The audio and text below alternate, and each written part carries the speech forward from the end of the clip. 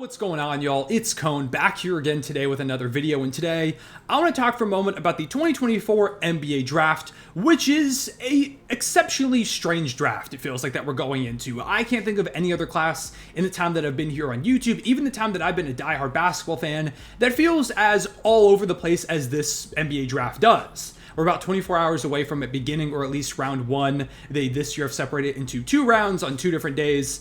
I don't quite understand that. I like when it's all more concise in that one night. It feels like we get everything out of the way. You've got the first round picks, second round picks, undrafted free agents. It all kind of is a clean slate. Teams can make trades all in one night. I don't know, it feels a bit messy to have it on 2 nights. I guess we'll see how it goes. But yeah, we're about 24 hours from round one starting, and yet everything is still a question mark. There doesn't feel like there's one single locked-in pick outside of like maybe the second overall selection with Alex Sarr going to the Wizards that we know for sure. Like at number 1, we don't really know beyond that. Depending on who gets taken at number 1, it's like a domino effect. There's a bunch of weird teams that are in the top 10 or even in the lottery that typically wouldn't be lottery teams that complicate things. So many opportunities for trade ups, trade downs. The prospects in and of themselves are kind of all over the place. People consider this a pretty weak draft class, which is even more complicated. There's also the whole Bronny James situation, which is something that we've never really seen before. It's a strange draft. So basically, I just want to go ahead and ramble for a little bit about the weirdness going on in this draft. I'm not here to make like a mock draft or anything. I'll give my thoughts on some prospects, I guess.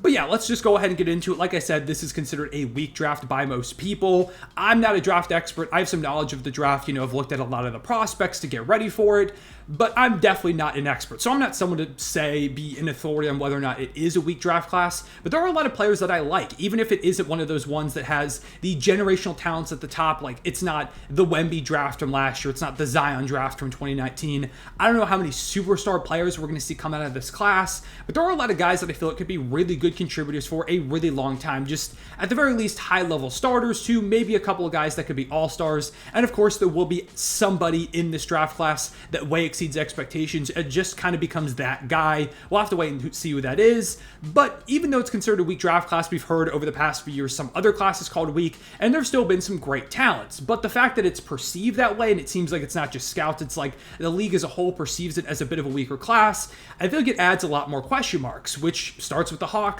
at number 1. And they're a team that wasn't even supposed to be there because they were not nearly the worst team in the league this season. They were on the fringe of making the playoffs, didn't end up making them, but they've got Trae Young, they've got Dejounte Murray, they have DeAndre Hunter, Clint Capella. Like they've got some pretty good players. Their aspiration this season was the playoffs. They were not looking to get the number 1 pick, but they jump way up in the lottery and land that spot anyways. And now we've got no idea who they're taking number 1, primarily because the guy that most people tell you should go number 1 in Alex Sarr has declined to work out for the Hawks. He basically said, nah, I'm good. I don't really want to work out with y'all. He had one scheduled on the books and then said, never mind.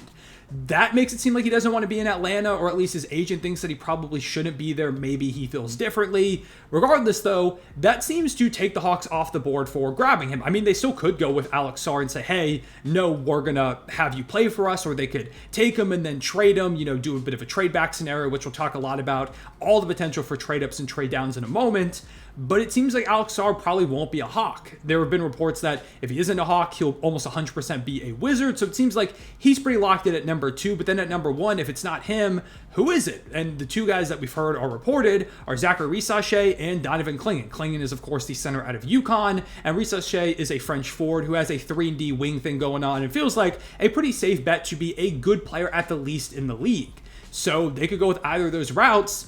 Or they could also consider, again, trading that pick if another team wants Alex Sarr. They could even try and consider trading that pick for more veteran help if they don't want to blow this team up. There still is the factor of, are they going to trade Trae Young? Are they going to trade Dejounte Murray, one or both of those guys? How does that factor into who they want to go ahead and grab in this class? Especially because you've got guys at the positions that both those players would theoretically play. Like you have DeAndre Hunter as one of those wings. He can play the 3 or the 4. You've got Clint Capella and Onyeka Okongwu at the 5. So do you take Clingan and just have Onyeka Okongwu try and play the 4? You move on from Clint Capella. It's a weird team to get the number 1 pick in this type of draft. So I've got no idea what the Hawks are going to do. And it feels like it all might tie into what we see from Trae Young and Dejounte Murray, which adds even more intrigue to what they do at that top spot.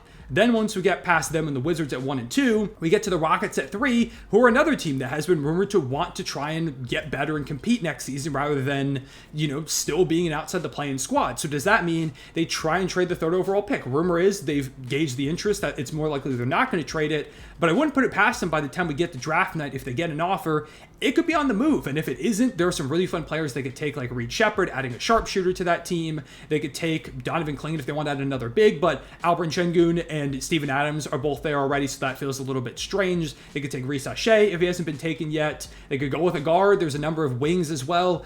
The Rockets could pretty much go anywhere, but they're a team that also has talent at pretty much every position, so it's like, what do they need? And they have a lot of young players. Who are they willing to continue to take a chance on? You get down to the Spurs, who have the 4th overall pick as well as the 8th, so they've got 2 lottery picks. Those, I assume, would play off of each other. Who's still left at 4 when there's so many question marks in the top 3? And could they consider packaging those picks to move up to a top spot if there's somebody that they really like, trading one of those picks and keeping the other, as well as some future assets? They feel like a team that could go all over the place. The Grizzlies are really good. They're in the top 10. Rumor is they really like Donovan Clingan. It feels like they need a big man. Could they try and package number 9 and some other assets to trade up and grab him if he doesn't go number 1? Or even if he does, could they try and find their way to the top of the draft? The Thunder, my favorite team, are a number 1 seed in the Western Conference, and they've got a lottery pick. Is this a spot where they're going to go with more of a win-now guy because they're one of the better teams, or are they willing to still take a swing and just have somebody develop in the background, which feels more important than ever for top-level teams because of the new CBA, which only complicates things further and makes the draft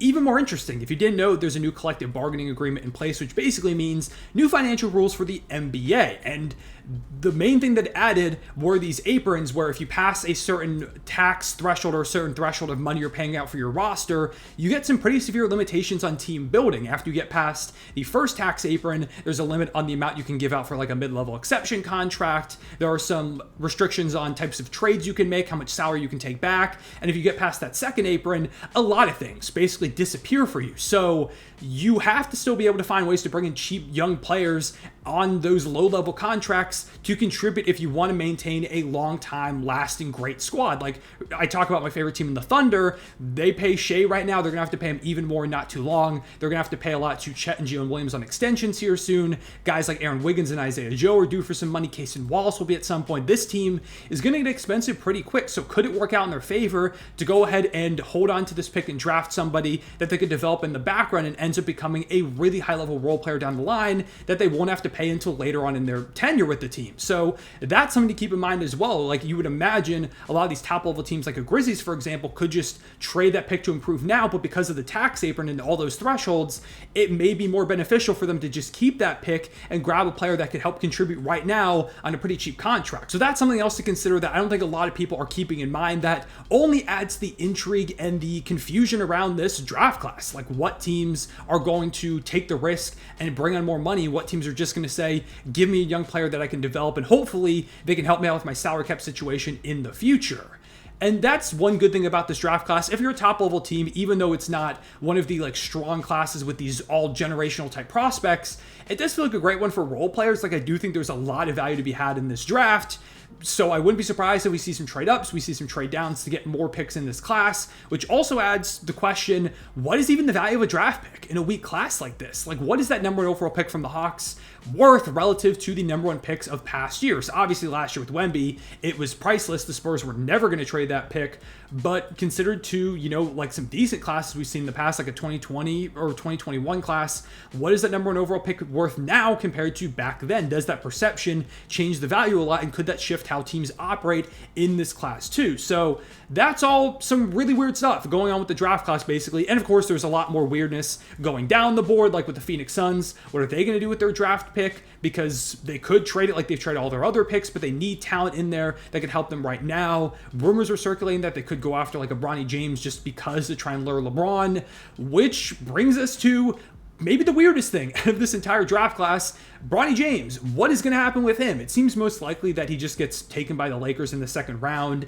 He ends up playing with LeBron. He goes back to Los Angeles, LeBron that is. And yeah, that feels like the most probable outcome. But is there a team out there that would be willing to try and bring him in just to see if they could maybe lure LeBron? Now, I want to go out there and say, I think Bronny can be pretty good in the NBA. I don't think the only reason he's going to get drafted is because LeBron is his dad. I think he's got a lot of potential as a future high-level defensive three-point shooting guard, which is a very valuable archetype in the league. But it might take some years. He may need some G League time, develop over the course of a few seasons, and then he'll reach that level. I don't see him as this high-level impact guy from day one, but I do believe Bronny can be pretty good in the league. However, the bigger thing is, where are teams willing to take him? Because he's probably not worth you taking with a first-round pick. But if you could have the chance to land LeBron James, would you consider it? Because he is a free agent. Now, I do think LeBron is pretty surely going back to the Lakers, even if Bronny isn't drafted by them. But I mean, if you're like Philadelphia, who has a draft pick in this draft, would you consider taking Bronny just to see if, hey, would you want to come play with Tyrese Maxey, Joel Embiid? We've got a bunch of cap space. We could bring you in. You could have Bronny here. We've got a lot of ways to fill out the roster around you because all their roster spots are open. Is that something he would be interested in? So it's definitely something to keep in mind. Or even if you're not a team that has salary cap right now, you could maybe see if you could plant the seeds for LeBron coming over later. So that's something we've never seen before, drafting somebody's son to get their dad, who is arguably the greatest player of all time, which again, might be the weirdest thing in what already is a super strange draft class. All this confusion going on about who can be the top pick, about what teams are going to trade up, trade down with the new CBA involved.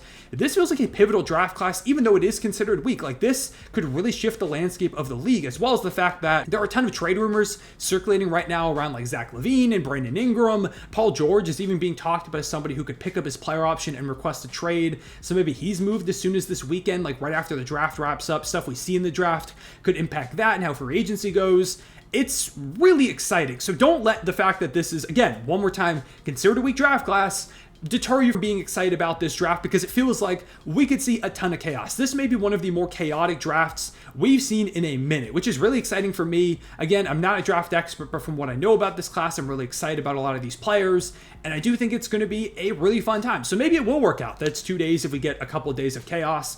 But yeah, those are kind of just my overall thoughts about how weird this draft class is. I was going to do a mock draft. I had no idea where to put some of those players. I'm not really an expert, but I hope this was sufficient as kind of pre-draft content. I'll be doing some stuff covering the draft. I'll either be actually at the draft covering it, or I'll be live streaming, so be on the lookout for that. I will be doing, a grading every team's draft, or my favorite draft classes afterwards, like maybe my draft winners and losers, so be on the lookout for that too. And then free agency's coming around. I'm probably going to be doing a live stream for the first about hour of free agency or something like that, so be on the lookout for that too. And of course, any big moves are made, you'll of course see a video on that in not too long after it happens.